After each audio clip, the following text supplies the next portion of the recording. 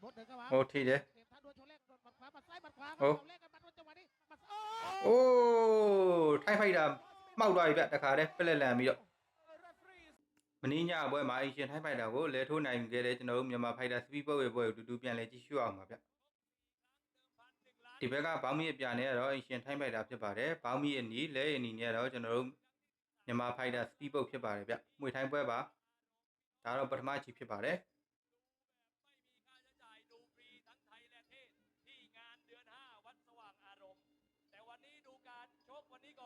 ไฮเกะโลเกะมีหัวหน้าคณะเป็นฝรั่งได้ฉายาว่าฝรั่งโง่ลูกน้องนักมวยเป็นพม่ามุมน้ำเงินโลเกะไทยเชื้อสายมุสลิมไทยยกเซตเดี๋ยวดูก่อนครับว่าจะผ่านหรือไม่ผ่านไฟดาเนี่ยล้อเราဒါရန်မောင်းเราไส้တူไก่တူနေထားလောက်မှရှိတယ်อันนี้จะเป็นคู่ที่ค่อนข้างจะชี้ชะตาครับว่าจะได้ผ่านไปสู่โอ้วันดูเก้าเนี่ยมวยวัดเดือน5ครับไฮเกะสว่างอารมณ์นะครับซึ่งเราไฮเกะเลยวันที่11กับวันที่12เดือนเมษายนนะครับแล้วครับคุณผู้ชมครับโอ้ทีด้วยเลยဗျညာလက်ဒီ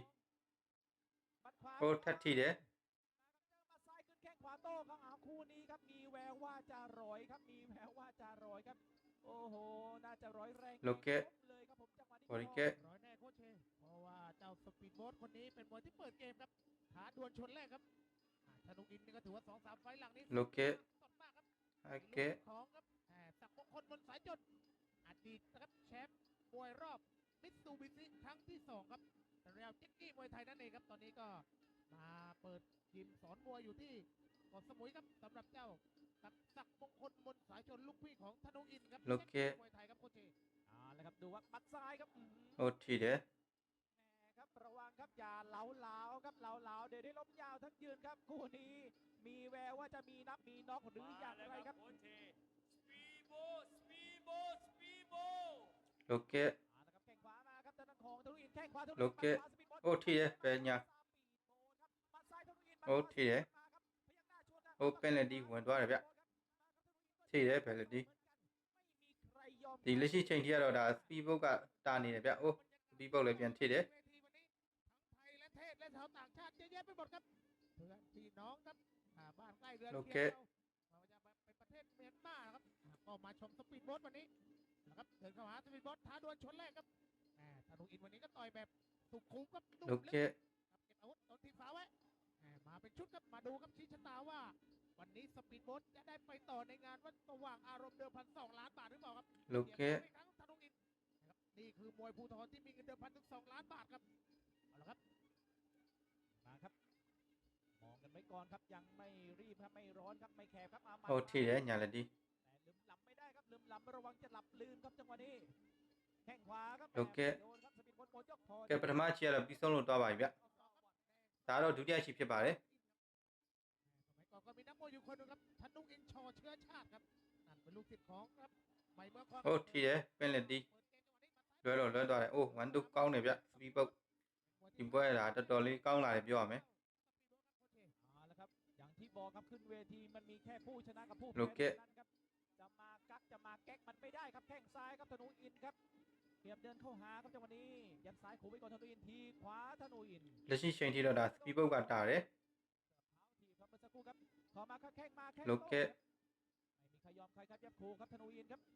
สปีดโบ๊ทปักหลักไว้อยู่ครับทีมซ้ายครับทางด้านของธนูอินสปีดโบ๊ทเข้ามาครับมัดขวาโอ้ทีเด้ညာလက်ဒီขวาครับจังหวะนี้วงในแหมยังไม่ถนัดเท่าไหร่ครับเอาละครับธนูอินยังต้องรับจับทางอ โล ยู่ เกะหาช่องหาทางสำหรับธนูอินครับ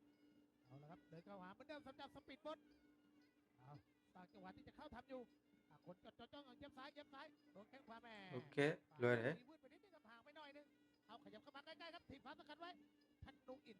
เอาละครับธนูอินเย็บซ้ายโดนบัดขวาของเจ้าบริช็อตสปีดโบ๊ทเดินต่อยท้องแล้วครับจังหวะนี้เอาพยักหน้าเข้ามาหาครับสำหรับเจ้าธนูอินเอาละครับว่ากันมาเย็บซ้ายธนูอิน เจ็ด เย็บซ้ายต่อยขวาแต่ยังไม่โดนครับโคชเชมาครับว่ากันไหมครับခုချိန်ထိတော့ဒါတိတိမိမိလောက်ပြနိုင်တာတော့ကျွန်တော်တို့ဒါစပီးဘုတ်ကလောက်ပြနိုင်တာတွေ့ရတယ်ထိုင်းဖိုက်တာဟုတ်ဒီမှာဒီဘာမှလုံးနိုင်ဘူးไว้ก่อนครับ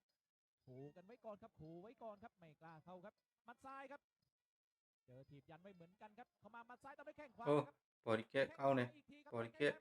โอ้ทีเด้ညာလက်ဒီแหมจังหวะมันเฉียด ไต้ฉิวมาครับหมัดซ้ายครับด้านของธนูอินถีบสายยันไว้ก่อนครับด้านของสปีดโบ๊ทธนูอินครับขวาจ่อ โอ ขา เค ครับ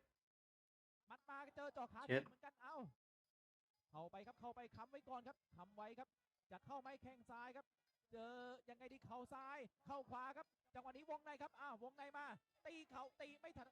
นัดเท่าไหร่ครับกรรมการแยกมา อ้าวแยกก่อนครับน้องแยกก่อนครับมาว่ากันไปครับเดินเข้ามาแล้วครับธนูอินโดนหมัดขวา โอ้ทีเดียวญาเลยดิ โดนหมัดใต้เอาออกแข้งขวายังวุ่นครับเอาหลอกโดนครับ ตะตาว ซ้ายของเจ้าสปีดโบ๊ทลงโทษนะครับจังหวะนี้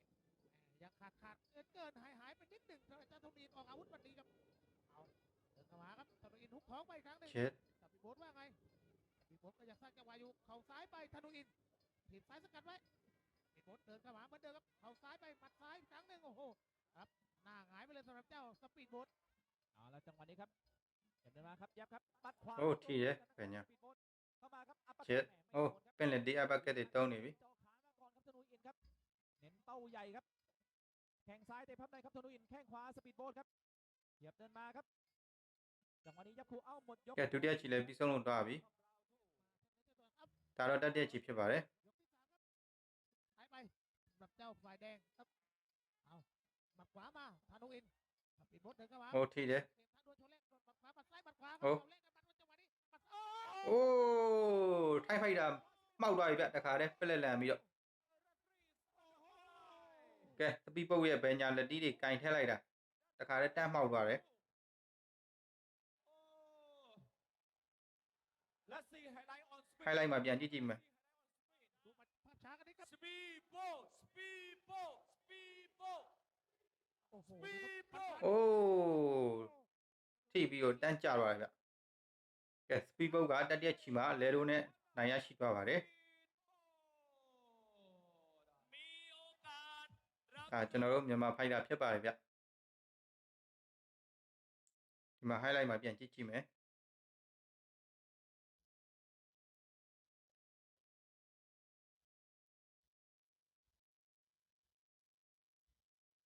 ညာလက်တီထိပြီးကျတော့တာ